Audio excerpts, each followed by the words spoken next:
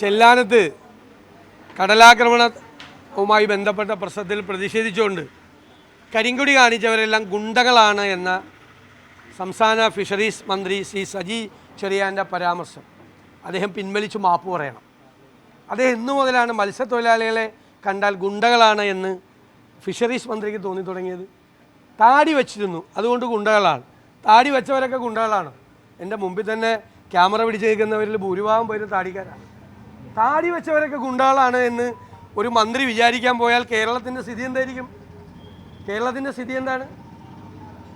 താടി വെച്ചതുകൊണ്ട് അവർ ഗുണ്ടകളാണെന്ന് വിചാരിച്ചു. പത്രത്തിൽ കണ്ടപ്പോഴാണ് പാർട്ടിക്കാരാണെന്ന് മനസ്സിലായത്. അവിടെ രൂക്ഷമായ കടലാക്രമണമുള്ള പ്രദേശത്ത് ജനങ്ങൾക്ക് ജീവിക്കാൻ പറ്റാതായപ്പോൾ ആ കടലാക്രമണ സംവിധാനങ്ങളെ കുറച്ചുകൂടി, പ്രതിരോധ സംവിധാനങ്ങളെ കുറച്ചുകൂടി മെച്ചപ്പെടുത്താനും ആ പാവപ്പെട്ടവർക്ക് സഹായം നൽകാനും സർക്കാർ തയ്യാറാകാത്തതിൽ പ്രതിഷേധിച്ചാണ് കരിങ്കൊടി കാണിച്ചത്. മുഖ്യമന്ത്രിയെ പോലെ സജി ചെറിയാനാകാൻ പോയല്ലോ. കരിങ്കൊടി കാണിക്കാൻ പാടില്ല മന്ത്രിമാർക്കെതിരെ. അതൊരു പ്രതിഷേധത്തിൻ്റെ സൂചനയാണ്. അപ്പോൾ അത് കരിങ്കൊടി കാണിച്ചാൽ അത് പരിഹരിക്കാനുള്ള ശ്രമം നടത്തണം.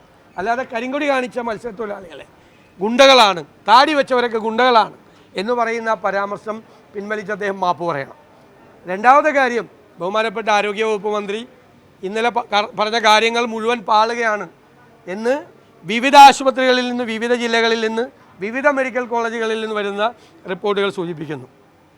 കേരളത്തിലെ പ്രതിപക്ഷം നിയമസഭയ്ക്കകത്തും നിയമസഭയ്ക്ക് പുറത്തും ആരോഗ്യരംഗത്തെക്കുറിച്ച് പറഞ്ഞ കാര്യങ്ങൾ മുഴുവൻ ശരിയാണെന്ന് ബോധ്യമായിരിക്കുന്നു. എല്ലാ മെഡിക്കൽ കോളേജിലും കുഴപ്പമാണ്. എല്ലാ മെഡിക്കൽ കോളേജിലും സർക്കാർ ആശുപത്രികളിലും മരുന്ന് ക്ഷാമം രൂക്ഷമായുണ്ട്. എല്ലാ ആശുപത്രികളിലും സർജിക്കൽ എക്യുപ്മെൻറ്റ്സ് ഇല്ല. ഞാൻ പറഞ്ഞു, സർജറി ചെയ്താൽ കെട്ടാൻ തുന്നാനുള്ള നൂല് പോലും ഈ രോഗി മേടിച്ചുകൊണ്ട് വരണം. ഇന്നിപ്പോൾ എഴുതിയിട്ടുണ്ടല്ലോ, മോളിൽ നിന്ന് പരിക്കേറ്റ് വീണ ഒരാൾക്ക് 88,000 രൂപ പാവപ്പെട്ട കുടുംബം കൊടുക്കേണ്ടി വന്നു. അങ്ങോട്ട് ഓപ്പറേഷൻ നടത്തണമെങ്കിൽ അങ്ങോട്ട് കാശ് കൊടുക്കണം, ഇല്ലെങ്കിൽ സാധനങ്ങൾ മുഴുവൻ വാങ്ങിച്ചു കൊണ്ടുപോകണം എന്നുള്ള സ്ഥിതിയിലേക്കാണ് കേരളത്തിലെ എല്ലാ ആശുപത്രിയിലും എത്തിച്ചിരിക്കുന്നത്. മന്ത്രി അതിന് പറഞ്ഞ ന്യായീകരണം എന്താ?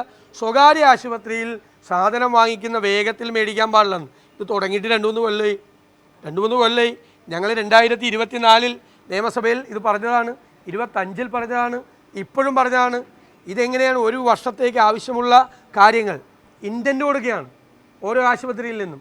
ആ ഇൻറ്റൻറ്റ് കളക്ട് ചെയ്തിട്ടാണ് മെഡിക്കൽ സർവീസസ് കോർപ്പറേഷൻ ടെൻഡർ വിളിക്കുന്നത്. ആ ടെൻഡർ ഈ സാധനം വാങ്ങിച്ച് സ്റ്റോക്ക് ചെയ്യാണ് ഓരോ സാധനങ്ങളും, ഇല്ലെങ്കിൽ അതാത് സമയത്ത് അവർ സപ്ലൈ ചെയ്യാണ്.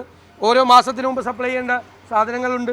ഇതിനെന്താ സംവിധാനം? അതിനാണ് മെഡിക്കൽ സർവീസസ് കോർപ്പറേഷൻ ഉണ്ടാക്കിയത്. ഇതെല്ലാം ഭംഗിയായി കേരളത്തിൽ നടന്നു പോയിരുന്നു. അതൊന്നും ഇപ്പോൾ നടക്കുന്നില്ല. പ്ലാൻ ഫണ്ട് തന്നെ കട്ട് ചെയ്തു ആരോഗ്യരംഗത്തേക്ക്. ആവശ്യമായ പണം കൊടുക്കുന്നില്ല. മുഖ്യമന്ത്രി പറഞ്ഞത് സംസ്ഥാനത്തിന് യാതൊരു സാമ്പത്തിക പ്രതിസന്ധിയില്ല, ധനപ്രതിസന്ധി ഉണ്ടെന്ന് പറയുന്നത് വികസന വിരുദ്ധരാണെന്താണ്.